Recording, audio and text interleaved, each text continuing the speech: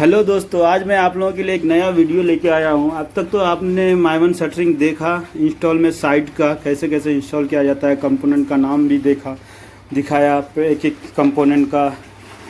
अब मैं आपको स्लैब साइकिल के बारे में बताना चाहता हूं। वो स्लैब साइकिल कितने दिन में माइवन का आता है वो मैंने एक बनाया है, उसके अकॉर्डिंग मैं आपको बताने जा रहा हूँ। चलिए बगैर देर किए हुए आपको लेके चलता हूँ मैं। तो माइवन शटरिंग का स्लैब साइकिल मैंने 7 दिन का लिया है। ये प्रैक्टिकली जो टाइट शेड्यूल के अकॉर्डिंग है वो लिया है। अब ये एक चीज़ याद रखिए हमेशा कि एरिया पे हमेशा डिपेंड करता है कि आपके पास एरिया कितना है, उसके अकॉर्डिंग आपने कारपेंटर कितना रखा है। अगर आपके पास कारपेट एरिया सपोज दैट 7,500-10,000 का है, 10,000 स्क्वायर फीट का है, तो कारपेट एरिया, फिर से बोल रहा हूँ मैं, कारपेट स्लैब का कारपेट एरिया अगर आपके पास 10,000 स्क्वायर फीट का है तो उसमें मिनिमम आपको 12 कारपेंटर और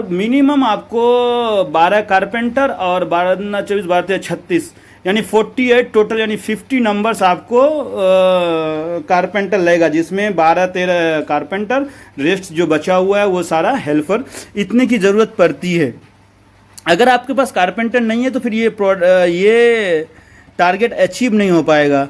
तो इसके लिए मैं आपको लेके चलता हूँ कि डे फर्स्ट में क्या करेंगे। डे फर्स्ट जैसे मेरा स्लैब कास्टिंग हो गया तो उसके बाद हम क्या करेंगे, सर्वेयर से लेके ग्रिड लाइन का मार्किंग करेंगे, और उसके साथ कारपेंटर रहेगा जो थेसी फिक्स, मैंने थेसी के बारे में दिखाया था आपको, वीडियो में बताया भी था। तो वो थेसी फिक्सिंग करेगा। उसके बाद वो क्या करेगा, वर्टिकल पैनल जो है नीचे का वो डिशटरिंग करेगा। उसके बाद ब्रैकेट के लिए चाल बनाएगा। मैंने यहाँ साइड में लिखा है कि सेफ्टी स्किन। अभी क्या होता है, बहुत सारी कंपनी में ब्रैकेट सिस्टम नहीं रखा है, वो डायरेक्ट सेफ्टी स्किन वो बना हुआ होता है, उसको सिर्फ जंप करना होता है। उसके लिए भी जो चाल बनाना पड़ता है, टाई रॉड निकाल के उसमें फिक्स करना पड़ता है, उसका शू ब्रैकेट जो होता है वो फिक्स करने के लिए, जिस पे वो सेफ्टी स्किन बैठता है, उसके लिए मैंने ये ऑब्लिक में सेफ्टी स्किन लिखा है। उसके बाद उसी दिन रीइंफोर्समेंट, वर्टिकल स्टील वॉल का रीइंफोर्समेंट स्टार्ट करना है। अगर आप यहाँ शुरू नहीं करोगे तो क्या हो जाएगा, डे 2 में उसको काम नहीं मिल पाएगा, इसीलिए उसी दिन शुरू करना है। और ये ग्रिड लाइन का आपके दिमाग में एक सवाल आएगा, सर उसी दिन ग्रिड लाइन भी, उसी दिन फिर थेसी भी, उसी दिन फिर रीइंफोर्समेंट में, वहाँ कैसे पॉसिबल होगा प्रैक्टिकली। तो इसके लिए आपको क्या करना होगा कि डे फर्स्ट के दिन सर्वेयर को आपको सवेरे बुलाना पड़ेगा। अर्ली मॉर्निंग वो आएगा, अर्ली मॉर्निंग आके 2 से ढाई घंटा में उसका मार्किंग कंप्लीट हो जाता है। फिटर 9 बजे से पहले साइट में नहीं चढ़ता है, ये बात ध्यान रखने का, क्योंकि वो लेट नाइट काम करता है, तो वो भी इंसान है, उसको भी रेस्ट की ज़रूरत है, तो 9 बजे से पहले नहीं चढ़ता है। तो लेट नाइट वो काम करके आता है 12 बजे 11 बजे, तो इसीलिए वो आता है और 9 बजे चढ़ता है। तो इससे पहले वो अगर सर्वेयर में ना 5:30 बजे आता है 2 कारपेंटर को लोगे, तो उसका थेसी का काम, ग्रिड लाइन का काम देना कंप्लीट हो जाएगा, उसका एक्टिविटी ख़त्म, और वो वहाँ रहेगा ही नहीं। अलग वाला आदमी कारपेंटर नीचे अपना डिशटरिंग करेगा, साइड वाला बीम साइड का पैनल निकालेगा जो ब्रैकेट फिक्सिंग करने के लिए, तीनों का काम साइमल्टेनियसली चलता रहेगा। उसके बाद डे 2 में जब आप आएंगे तो डे 2 में मैंने बोला था कि पहले ही दिन स्टील फिक्सिंग करना शुरू करना है।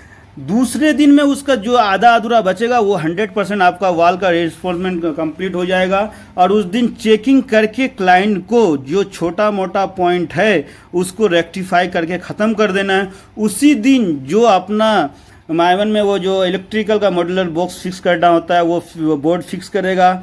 उसके बाद जो कंडक्टिंग डालना है, वर्टिकल कंडक्ट वो जो डालता है वो कंप्लीट करके उसी दिन डे 2 में ख़त्म करना है।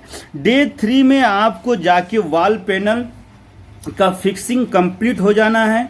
डिशटरिंग और स्लैब बीम बॉटम का एकदम एक पोर का तो एटलीस्ट 100% कंप्लीट होना है, ताकि जब दूसरे दिन आप चलो डे 4 में तो वो डेकिंग और लेबलिंग उसका एरिया का 100% कंप्लीट हो जाए। क्योंकि आपको एक साथ सबको चाल नहीं देना है, लेकिन चाल सबका रोकना भी नहीं। एक साइड एक पोर है अक्खा, तो उसमें 2 डिवाइड एटलीस्ट करता है, पोर 1 पोर 2। तो इस टाइप से आपको सीक्वेंस में लेके चलना है। तो डे 4 में आपका स्लैब डेकिंग लेबलिंग कंप्लीट हो गए, क्लाइंट को दे, आप चेकिंग क्लाइंट को स्लैब का आप काम होते भी दे सकते हैं, उसमें कोई इश्यू नहीं है।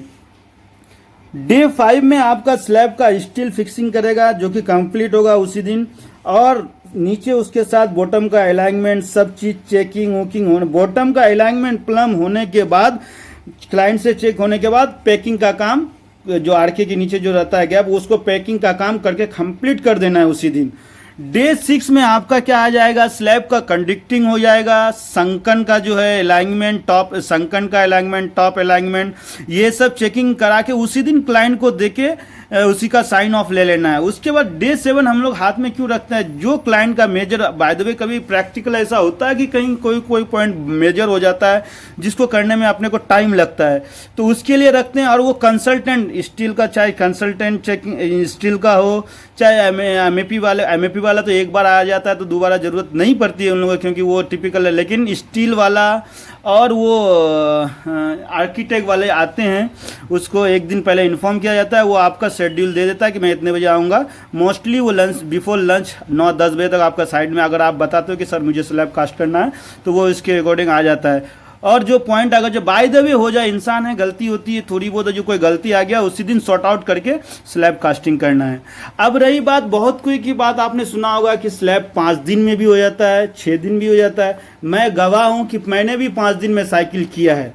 उसमें क्या होता है कि वो आपको क्लाइंट कैसा मिल रहा है वो उस पर डिपेंड कर रहा है, क्लाइंट क्या चाहता है। बहुत कोई क्लाइंट ऐसा है कि आपके स्लैब में अगर से जरा सा क्लीनिंग नहीं है तो वो स्लैब भरने नहीं देता है, 2 जगह कवर नहीं है तो वो, मैं वाहिद ऐसा इंसान हूँ जिन्हें मैं सिर्फ कवरिंग के लिए, कवरिंग अगर जो मेरा 30 mm है, सपोज दैट 30 mm है बीम का, तो कहीं अगर से मुझे 15 mm 20 mm किसी वजह से नहीं मिल पा रहा है, 15 mm मिला है, तो वो 100% करके लिया है और उसकी वजह मैंने 3-3 दिन डिले स्लैब भरा है। तो वो आपके क्लाइंट पे डिपेंड करता है। जो क्लाइंट आपका कोऑपरेटिव है, जो मेजर पॉइंट के अलावा अगर से जो माइनर पॉइंट है, जैसे स्लैब क्लीनिंग, वो चलते चलते भी हो जाएगा सब। कोई क्लाइंट क्या बोलेगा, हमको 100% होने के बाद ही भरना है।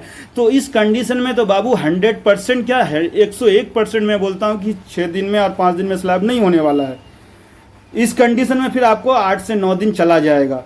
हाँ, अगर वो थोड़ा भी कोऑपरेटिव होता है तो आपका स्लैब 6 दिन में आता है, लेकिन उसके लिए सफिशिएंट कारपेंटर होना चाहिए, सफिशिएंट फिटर होना चाहिए, और वो आपका टीम का मैनेजमेंट, जो आपके साथ जो टीम है वो आपको उस तरह से सपोर्ट करेगा तो 100% आ जाएगा। अब इसी के साथ साथ मैं आपको एक सीक्वेंस बता देता हूँ। मैंने तो मटेरियल आपको दिखाया था, एक एक का नाम बताया था, उसके हिसाब से एक शॉर्ट और मैं लेता हूँ। वीडियो में जितना शॉर्ट करना चाहता हूँ उतना ही बड़ा बन जाता है, लेकिन हो ही नहीं चाहता। कोई चीज़ एक्सप्लेन करने जाओ तो 5-7 मिनट में क्या एक्सप्लेन हो सकता है, लेकिन फिर भी मैं कोशिश करता हूँ। दोस्तों वीडियो को जरूर लास्ट तक देखिए। पहले क्या है, आरके जिसको हम लोग बोलते हैं सिंपल भाषा में आरके, उसको रोकर बोलते हैं। रोकर के साथ वॉल प्लेट रहता है, वॉल प्लेट के साथ आईसी, जो आईसी पहले कॉर्नर में आता है। ये सारी चीज़ मैंने बताया कि प्लम करने के बाद वॉल प्लेट रहेगा तो आरके अपने आप उसमें लगा हुआ रहता है 50 mm का। उसके साथ अगर बीम बॉटम है तो बीएसएल लगा के बीम बॉटम मार देंगे। उसके बाद टॉप प्लेट, जिसको टी प्लेट भी बोलते हैं, उसके बाद एसएल लगाते हैं, जिसको मैंने शॉर्ट में यहाँ लिखा है। उसके बाद इन beam EB MB with deck prop head के साथ। अब इसमें मैंने लिखा विद बीम। अब क्या करता है लोग अक्सर, जैसे वॉल प्लेट लगा देने के बाद, टॉप प्लेट मारने के बाद, एसएल लगाने के बाद क्या करता है, एक तरफ से टी प्लेट लगा के आता है, फिर ईबी एमबी लगाता है। वो गलत तरीका है। पहले ईबी एमबी डीपी का सेट बना के खड़ा करके उसको लगाओ, उसके बाद एक तरफ से डेक पैनल लगा के आओ। उसके बाद फिर ऊपर का संकन जो है, संकन फ्रेम एलएसडी की, संकन फ्रेम में जो एलएसडी अभी ये बनाया है आईफॉर्म का, बाकी जगह में संकन फ्रेम वो स्क्वायर ट्यूब जैसा रहता है, उसी का ही बना हुआ आता है लेग सिस्टम देखिए, लेकिन सबका अलग अलग है। हाँ, तो आपको मैंने दिखाया है यहाँ एलएसडी किसको बोलता है। उसके बाद कीकर नट फिक्स करके, ये सीक्वेंस है। आज के वीडियो के लिए इतना ही। अब मैं जो नेक्स्ट वीडियो में आपके लिए मिलूँगा, उस वीडियो में आपको माइवन से रिलेटेड, माइवन का जो इंटरव्यू क्वेश्चन होता है, जो आप कहीं एग्जाम्पल के लिए आप इंटरव्यू देने गए तो आपको एज ए माइवन शटरिंग के बारे में आपको पूछेगा कि आपको माइवन शटरिंग क्या है। आपने अगर ये हाँ जवाब दिया तो उससे आपसे कितने क्वेश्चन पूछेंगे और क्या क्या क्वेश्चन पूछेगा। तो मैं आपको ये गारंटी के साथ बोलता हूँ, जो मैं क्वेश्चन आपको दूंगा, अगर 15 क्वेश्चन का मैं आपको बताने वाला हूँ, उन 15 क्वेश्चन में तो 110% है कि आपको 10 क्वेश्चन पूछेगा ही पूछेगा। तो अगले वीडियो के लिए इंतज़ार कीजिए। अगले वीडियो मैं बहुत जल्द बनाने वाला हूँ, और ज़रूर मेरे वीडियो अगर आपको पसंद आए, कुछ लगा कि इसमें कुछ में नॉलेज आया, आपको कुछ नॉलेज में इजाफा हुआ, तो ज़रूर चैनल को लाइक, सब्सक्राइब और शेयर ज़रूर करें। Thank you.